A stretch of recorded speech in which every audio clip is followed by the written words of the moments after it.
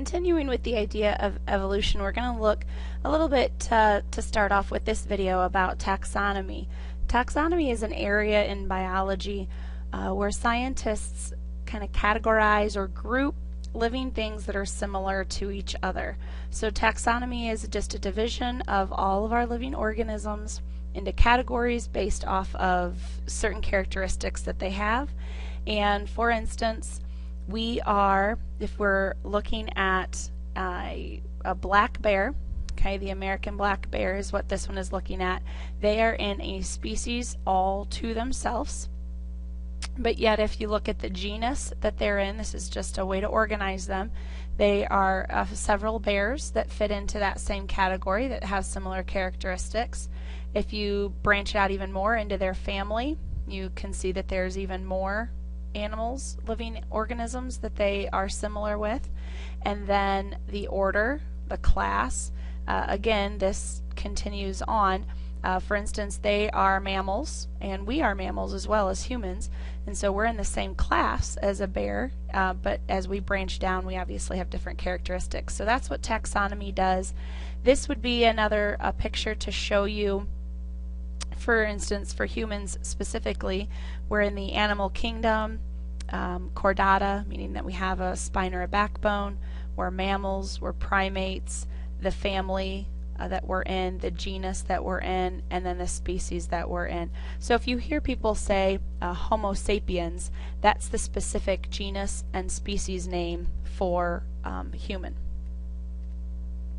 Now if we look at this picture, this is what you call a cladogram, and you're going to be making these in class. But a cladogram is just a way for us to branch off different living organisms that obviously have different characteristics, from a lancelet to a lamprey, a tuna, a salamander, a turtle, and a leopard. Obviously are different from each other, and so the cladogram just breaks that apart for us into where they have differences. So for instance, a lancelet, notice that it branches off before the vertebral column, so it does not have a vertebral column, but everything above where this is written does. So the lamprey, the tuna, and so on, everything above it does have a vertebral column. Now lamprey, notice it branches off before jaw. So a lamprey doesn't have a jaw, but everything above that, above jaw, does. So tuna, salamander, turtle, leopard, so on. So this is just a way for us to kind of look at what characteristics do they have in common. For instance, 5 of these do have a vertebral column. That doesn't make them 100% the same. And it branches off again into different characteristics until we finally do, have some differences. So a cladogram, it's just a diagram showing patterns, shows what characteristics are similar among whatever group of species you're wanting to put into your cladogram. And evolutionary biologists use this to show relationships, evolutionary relationships, what had to come early, pre-existent wise, what maybe showed up later in that time period. So you're going to be using a character table to help you make a cladogram, and this is what a character table looks like, this right up here. So this table helps you to make that. For instance, if you take a look at the animals, living organisms over here, as far as, we used to have some of the same ones as a previous picture, and then we look at a jaw. You put a 1 next to it, or like a check mark if it does have it. So lampreys do not have a jaw, but sharks and salamanders, lizards, tigers, gorillas, humans, they all do have a jaw. So that's a characteristic that we all share. Lungs, all of these things that are marked have lungs. The zeros do not. So this helps you to determine where the particular organism fits on your cladogram.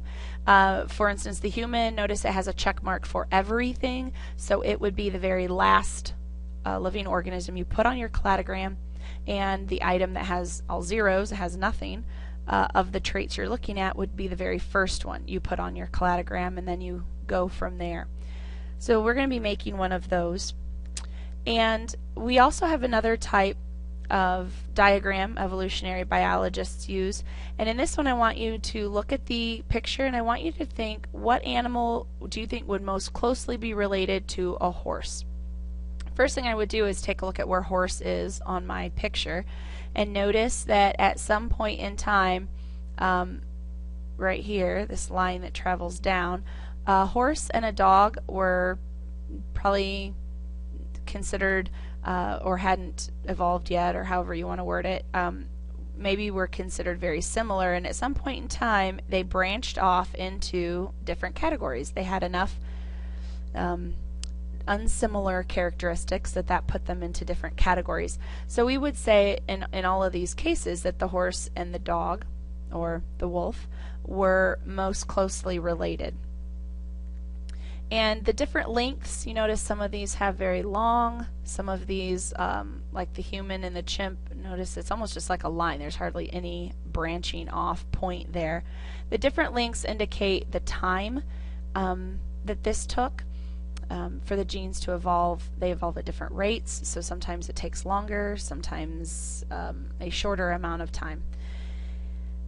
We have two specific type of organs or structures that we need to look at, and I've seen these on the ECA testing in the past. A vestigial organ is a structure with little or no importance.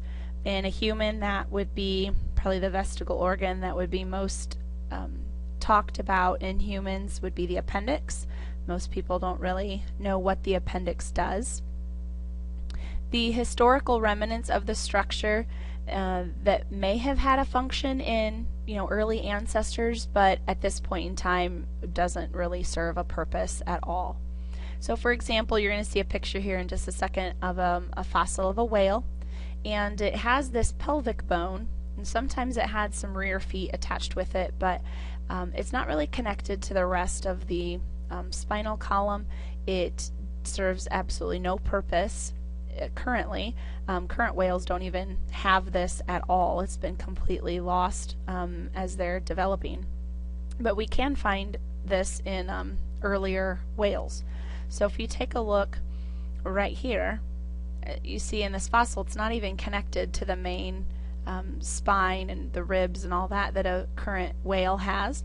In old fossils they can see that this particular structure is there. It is not found in current whales and doesn't have any purpose, or scientists are not unsure of the purpose. And then the last structures that we're going to mention for today are called homologous, and we know that the prefix HOMO means same. So homo is referring to same. So these are structures that are similar, but they're found in different species, and the reason that they believe that they're similar is because they believe that we had a common ancestry at some point in time. Doesn't necessarily mean that they have the same function. I want to mention that. For instance, bats obviously use this, which would be considered kind of like the human arm, for flying, whereas humans, we can't use our arms for flying. And so they don't necessarily have to have the same structure. But if scientists take a look and kind of x-ray the bones of these different animals, human, a cat, a whale, and a bat, we have some similar characteristics, or at least the way that our bones are organized. So the humerus, you can see they've color-coded it, and so that's found in a very similar location for all of them, and that's connected to the radius and the ulna behind that. So we have similar, the bones are put together in a similar way. They obviously have different lengths depending on the living organism that we're referring to, but we do have the same bones and similar structures, the way that they're put together, and so those are called homologous structures.